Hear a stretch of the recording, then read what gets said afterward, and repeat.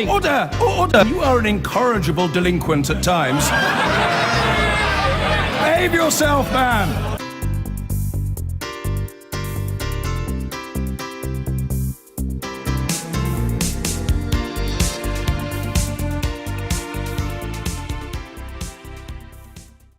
Police in Kent, along with the Electoral Commission, have won a court battle over the Conservative Party's election expenses after a district judge dismissed an attempt by the Conservative MP Craig McKinley to block a further police investigation. The ruling followed an investigation by this programme, which found almost £20,000 of election spending during last year's general election in South Thanet, which does not appear to have been properly declared. The court heard that the spending could be seen as effectively buying an election. The Tories insisted again tonight that all spending was recorded in accordance with the law. Ed Howker has this report from Folkestone.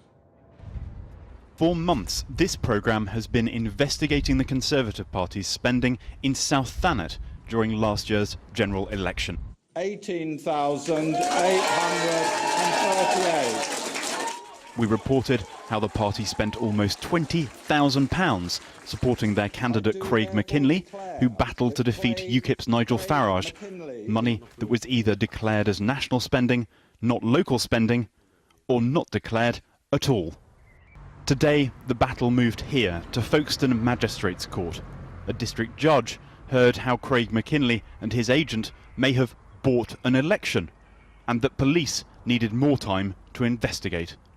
But a top lawyer representing Craig McKinley told the court that the police had dragged its heels and that the time extension they wanted should be thrown out. Every party agreed that it's vital to ensure that elections are fair, but James Laddie QC, acting for Mr McKinley, said that the police had been too slow this time and that their investigation amounted to little more than writing to the MP. If they wanted an extension from the court, he said, they would have to show that the circumstances were exceptional.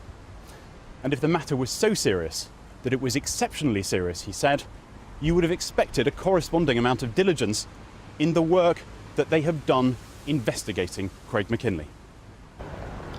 But Timothy Straker QC for Kent Police argued that his client is working with the Electoral Commission, whose investigation the court heard had been frustrated by the failure of the Conservative Party to cooperate.